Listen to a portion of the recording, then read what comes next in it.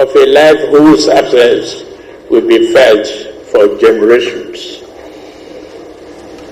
We meet to honor a man whose presence once commanded this very room,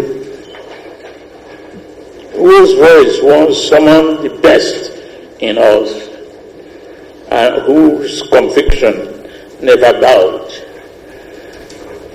even to strongest winds of public opinion. President Muhammadu Buhari, GCFR, former head of state and former president of the Federal Republic of Nigeria, has gone to rest. He was first among soldiers in war, first among citizens in peace, and first without ambition or flattery in the heart of his fellow citizens. Yet it was in the quiet and unadorned settings of his private life that his true greatness was revealed. Pious, without show, just without cruelty, humane without sentimentality, temperate without coldness, and sincere without guile. Steady in posture and spirit, dignified in bearing, and commanding in his very presence. His example guided all who surrounded him. Still, it endures. To his peers, he was respectful and without pretense. To those who served under him, he was kind without condescension. And to those whom he loved most intimately, he was unfailingly tender, loyal, and good. His life was a rebuke to vice and a refuge for virtue. The purity of his private character gave radiance to the discipline and integrity of his public service. Even in death, he maintained the serenity that defined him in life. Not a sigh, not a groan, just a quiet submission to the will of God. Such was the man Nigeria has lost. Such was the man for whom our nation now mourns. President Buhari's life was one of austere honor. He stood always ramrod straight, unmoved by the temptation of power, unseduced by applause, and afraid of the loneliness that often visits those who do what is right, rather than what is popular.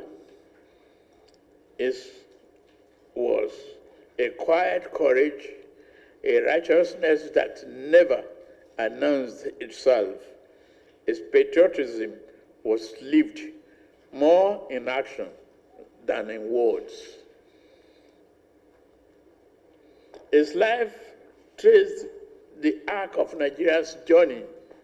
Born before the independence, he became a young soldier in the struggle to keep our nation whole. In war and in peace, he served with the vigilance and determination as if the task of watching over Nigeria has been assigned to him alone. From the battlefield to the corridors of power, he remained faithful to the task. He governed the northeastern state and stood as head of state. Years later, he returned to the chair the Petroleum Trust Fund, which he administered with Spartan rigor and complete fidelity to the public good. Yet, with all that he had achieved, his most enduring legacy will be carved in democracy, in a time when men had lost hope that change was possible. Muhammadu Buhari put his faith in the people of this country. We stood together, he and I, alongside others, drawn from across the political spectrum, regions and tongues. We formed an alliance that enabled Nigeria to experience the first true democratic transfer of power from one ruling party to another. When he was sworn in as our party's first elected president, he led with restraint, governed with dignity, and bore the burden of the leadership without complaint.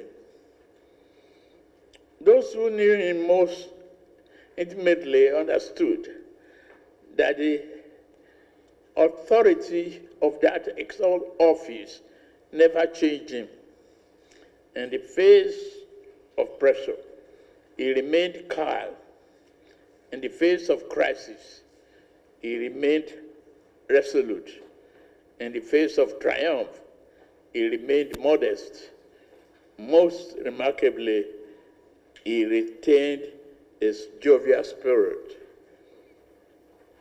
When his tenure ended, he returned to Dara, not to command from the shadows or to hold court, but to live as he always had, never seeking to impose his will, but content to let others carry the nation forward. President Buhari was not a perfect man. No leader is. But he was, in every sense of the word, a good man, a decent man, an honorable man. His record will be debated, as all legacies are, but the character he brought to public life, the moral force he carried, the incorruptible standard he presented will not be forgotten. His was a life lived in full service to Nigeria and in fidelity to God. Now he rests, and we who remain must carry the memory of life as a standard to guide us. Let us honor him, not only with words, but with humility in power, discipline in service, compassion in governance, and fearlessness in the pursuit of justice. Our Tuesday, July 15th, 2025. On Tuesday, July 15, 2025, a grateful nation bid farewell to one of our most illustrious sons. It was a proud honor for me, alongside Vice President Kashim Shettima, to lead the funeral procession to Dara and witness his burial in the dignified manner befitting a great and a noble leader. I thank the Interministerial Committee, led by the Secretary to the Government of the Federation, George Akume, and Governor Diko Rada for organizing a befitting state funeral within 48 hours. In this period of national mourning, I once again extend my heartfelt condolences to Ajia Aisha Buhari, our children, the entire Buhari family, the government and people of Katsina State, and all who knew and loved him. Our gratitude will remain with President Buhari's family members, who provided him with the comfort and strength to serve our nation in the various capacities throughout his over 50 years of public service. We honor his service, reflect on his legacy, and pray for the peaceful repose of his soul. May Gazukia, the people's general, the former president, your duty is done. May Almighty Allah forgive his shortcomings and grant him Al-Jannah Firdaus. May his life continue to inspire generations of Nigerians to serve with courage, conviction, and selflessness. President Buhari, thank you. Nigeria will remember you. Thank you very much.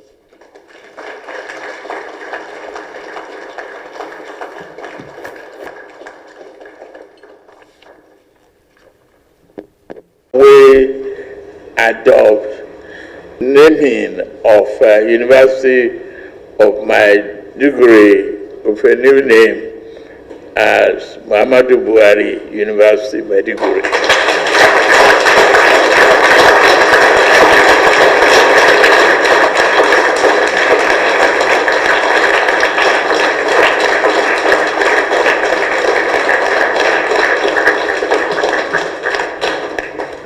Thank you very much.